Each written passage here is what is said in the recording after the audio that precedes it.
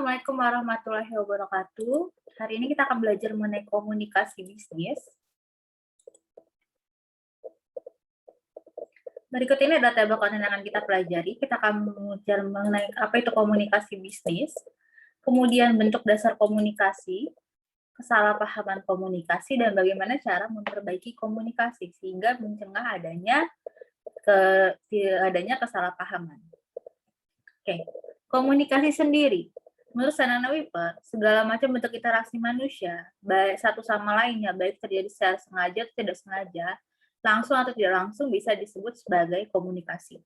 Komunikasi tidak terbatas hanya menggunakan bahasa verbal, tetapi juga dalam hal ekspresi muka, lukisan, seni, bahkan teknologi.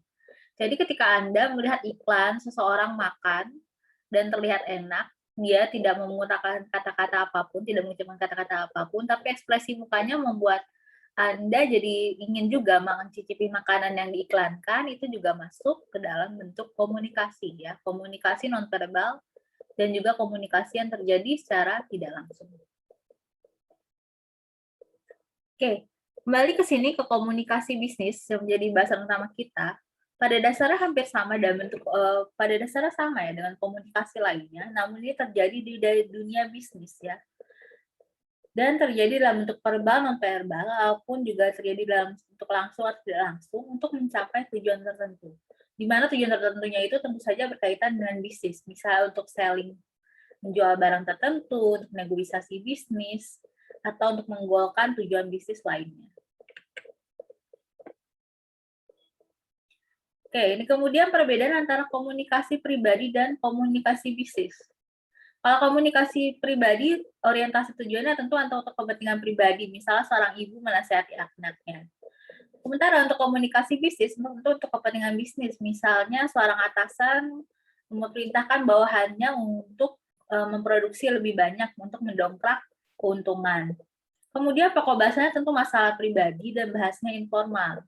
Komunikasi bisnis itu bahasa cenderung formal ya, menyesuaikan dengan tempat terjadinya ya, di mana di sekitar wilayah di area bisnis tentu bahasanya bahasa formal dan mendekati istilah-istilah bisnis.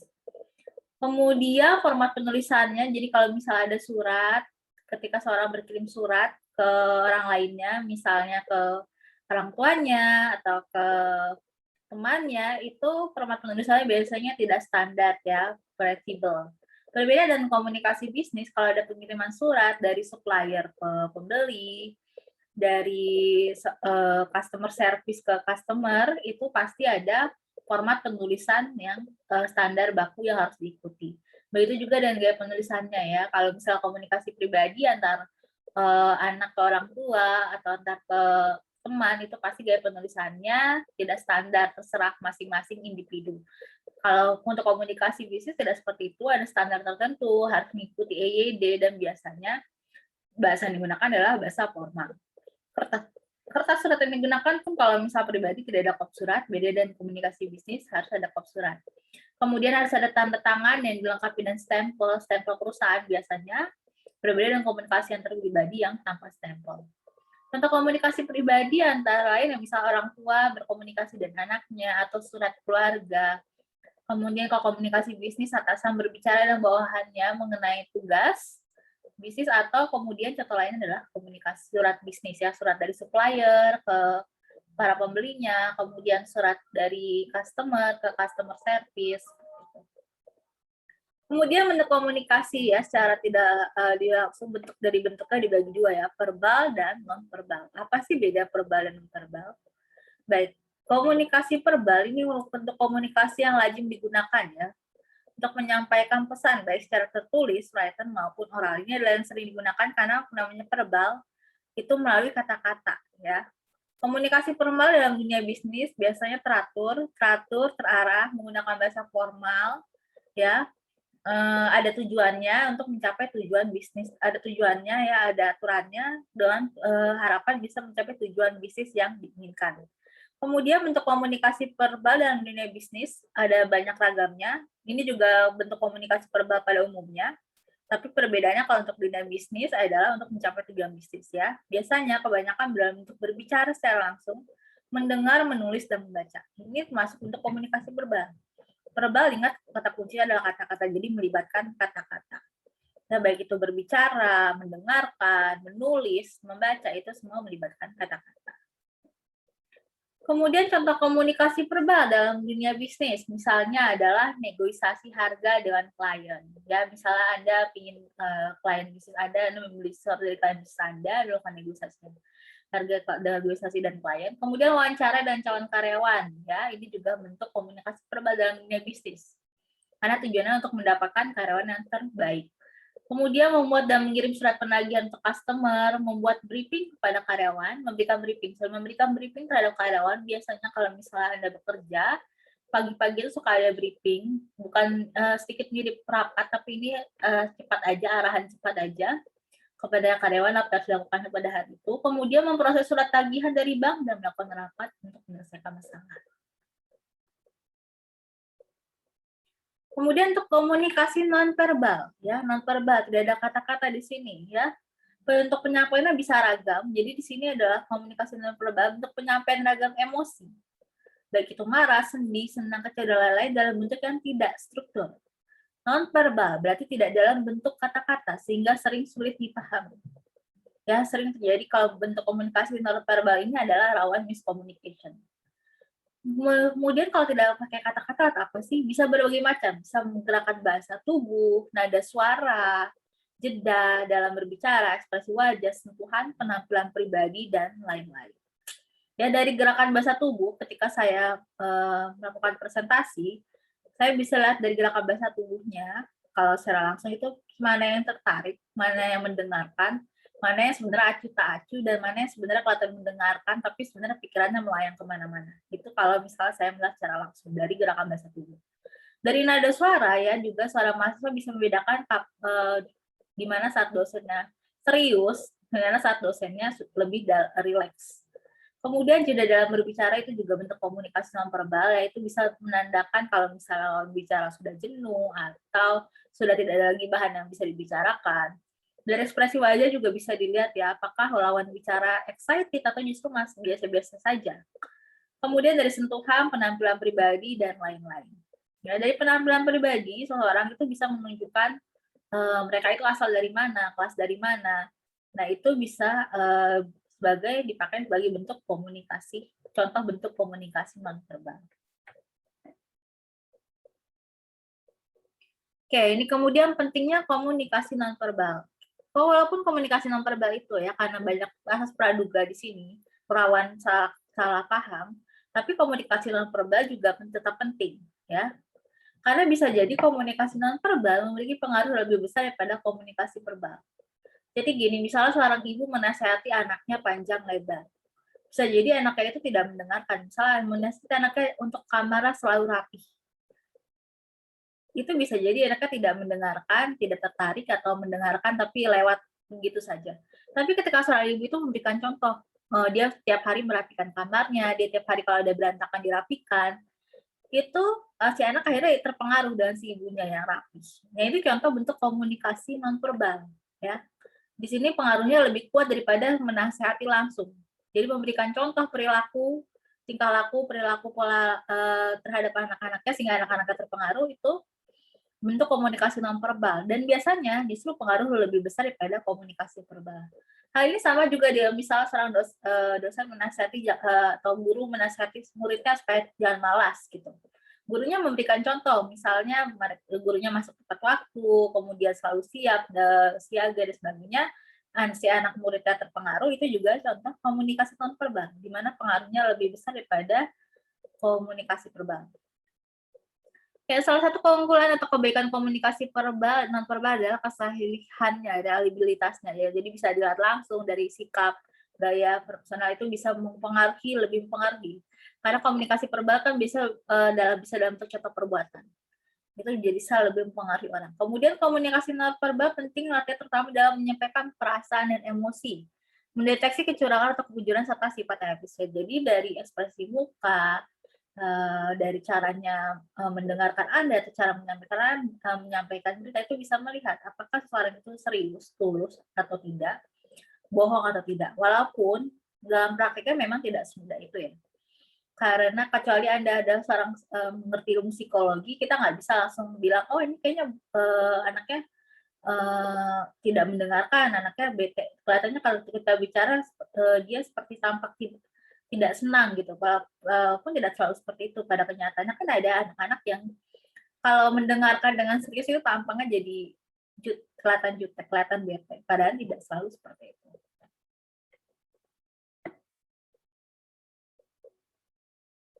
Oke. Kemudian kita sudah tahu bentuk komunikasi bisa verbal melalui kata-kata maupun non-verbal.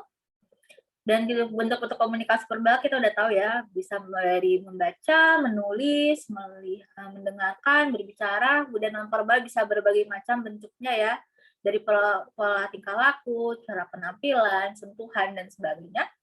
Ini kita lihat proses komunikasi, baik verbal maupun non-verbal itu melalui proses komunikasi yang sama. Sender mengirim pesan, ya, mengirim pesan, kemudian pesannya di encoding, belum sampai ke channel. Channel itu adalah menghubungkan antar sender dan receiver, bisa saluran teknologi atau bisa juga obrolan langsung itu channel. Sender mengirim pesan, pesannya di encoding, jadi pesannya itu diterjemahkan, kemudian sampai ke channel, yang channel menghubungkan mendecoding lagi pesannya sebelum menyampaikan ke receiver. Receiver kemudian menerima pesan tersebut dan memberikan feedback terhadap sender. Kenapa kalau komunikasi sering terjadi kesalahan, di sini terjadi miscommunication? Karena dalam setiap prosesnya itu berpotensial terjadi noise. Noise adalah kekacauan, ya, kekacauan encoding sehingga menyebabkan pesan yang diterima itu salah. Atau orang itu menerima pesan A tapi dia translasikannya jadi B, itu potensial sekali.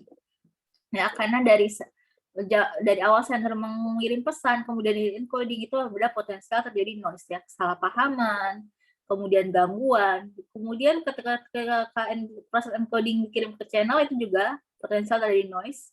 Ketika channel mendecoding, sudah menyampaikan ke receiver juga ada potensial terjadi noise. Pada saat memberikan feedback pun juga potensial terjadi noise. Sehingga kesalahan komunikasi itu adalah hal yang lumrah dan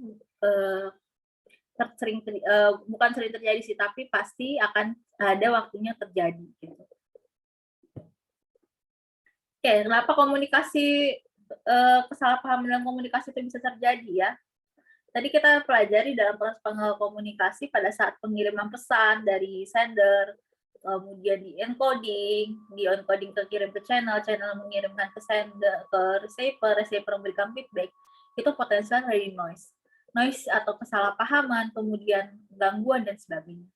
Kenapa sih gangguan itu bisa terjadi? Kita harus memahami dulu ya, kalau komunikasi itu wajar saja terjadi kesalahpahaman. Apa aja bisa menyebabkan kesalahpahaman? Misalnya merangkai pesan. Misalnya rangkaian pesan Anda menyampaikan berita duka cita kepada orang tertentu, kepada teman Anda, tapi rangkaian katanya justru malah bisa salah. Ada rangkaian katanya kurang tepat sehingga malah justru terlihat kurang empatik. Yaitu ada masalah dalam merangkai pesan. Atau misalnya seorang tua ingin memperingati anaknya, menasihati anaknya, tapi pemilihan kata-katanya cenderung rude sehingga si anak merasa seperti dipojokkan. Ya, jadi itu menyebabkan kesalahpahaman komunikasi, ya. Kesalahan dalam merangkai pesan. Ya, di sini kesalahan merangkai pesan bisa jadi salah karena asing dari situasi ada pertentangan emosi, serta sulit mengekspresikan ide atau gagasan. Jadi merangkai kata itu tidak semudah kelihatannya ya, kalau misalnya karena salah pilih kata, ekspresi ide atau gagasan yang disampaikan bisa jadi beda, atau diterima oleh yang si penerima. Kemudian masalah menyampaikan pesan bisa terjadi karena sarana fisik untuk berkomunikasi ya, apalagi untuk sekarang kita kan semuanya serba online karena pandemik juga tidak komunikasi secara langsung. Kadang ada ngirim message beneran ada tone netral, tapi karena di sini kan kalau mengirim pesan lewat message, lewat WA dan lewat line itu kan kita nggak ada nada suaranya, bisa jadi disalahpahami. Nah, ton pesan Anda bisa jadi salah paham. Mungkin misalnya Anda netral, tapi orang-orang tuh yang menerimanya bisa jadi ton pesannya terkesan dingin atau terkesan tidak peduli. Ya, bisa jadi Anda mengirim message, mengirim pesan panjang, Anda menerima pesan panjang lebar dari seorang lain, kemudian Anda membalasnya dengan netral, cuma iya. Tapi yang si penerima ini yang cuman ya itu bisa aja merasa, kok tone komunikasi gini aja, saya kirim pesan panjang lebar, tapi kok cuma dijawab iya aja. Mungkin masalahnya ingin praktis, tapi orang yang menerima bisa jadi salah paham, wah ini kayaknya orangnya nggak peduli, atau orangnya dingin, seperti itu. Kemudian ada masalah dalam menerima pesan ya, misalnya dari penempatan suara, kursi yang tidak nyaman, lampu kurang terang, kondisi lain mengganggu konsentrasi audiens. Ini kalau misalnya contohnya dalam komunikasi langsung, Anda menyampaikan pesan, tapi Anda mengobrol di tengah jalan, jadi harus saingan dengan mobil, saingan dengan suara-suara lain, sehingga si penerima itu mendengar sepatah-sepatah aja, sehingga cenderung terjadi miscommunication. Kemudian masalah dalam menafsirkan pesan, ya, jadi tiap orang itu kan punya latar belakang berbeda, dibesarkan dalam keluarga yang berbeda. Anda menyampaikan A, bisa jadi si penerima itu justru mengiranya B, karena dari latar belakang kehidupannya ya, sehingga terjadi perbedaan penafsiran dan perbedaan reaksi emosional. Nah, bagaimana sih caranya memperbaiki komunikasi? Jadi cara supaya mengurangi ini ya, mengurangi miscommunication. Ya, pertama memperbaiki persepsi dulu ya. Persepsi Anda dalam berkomunikasi itu harus netral terhadap pembicaraan Anda, jangan negatif thinking dulu, jangan ada prejudice tertentu, jangan ada prasangka tertentu. Kemudian menciptakan suasana nyaman dalam berkomunikasi ya. Kalau mau menyampaikan pesan penting, jangan ketika banyak orang lagi ramai atau di tengah jalan ya. Ciptakanlah suasana yang nyaman untuk berkomunikasi, apalagi kalau Anda mau komunikasi panjang lebar. Kemudian si pendengar juga diharapkan mendengarkan dengan penuh perhatian. Jadi jangan multitasking dalam mendengarkan. Karena kalau multitasking cenderung pasti nangkapnya setengah-setengah ya.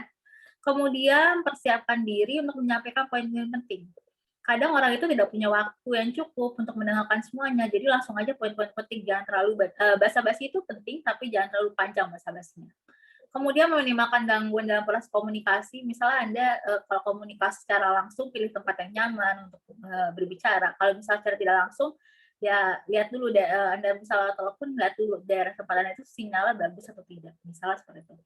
Kemudian bisa mempermudah umpan balik antara pengirim dan penerima pesan. Jadi mudahkan si pendengar Anda itu memberikan feedback terhadap Anda. Dan sekian materi untuk bab 1, kita lanjut lagi minggu depan. Assalamualaikum warahmatullahi wabarakatuh.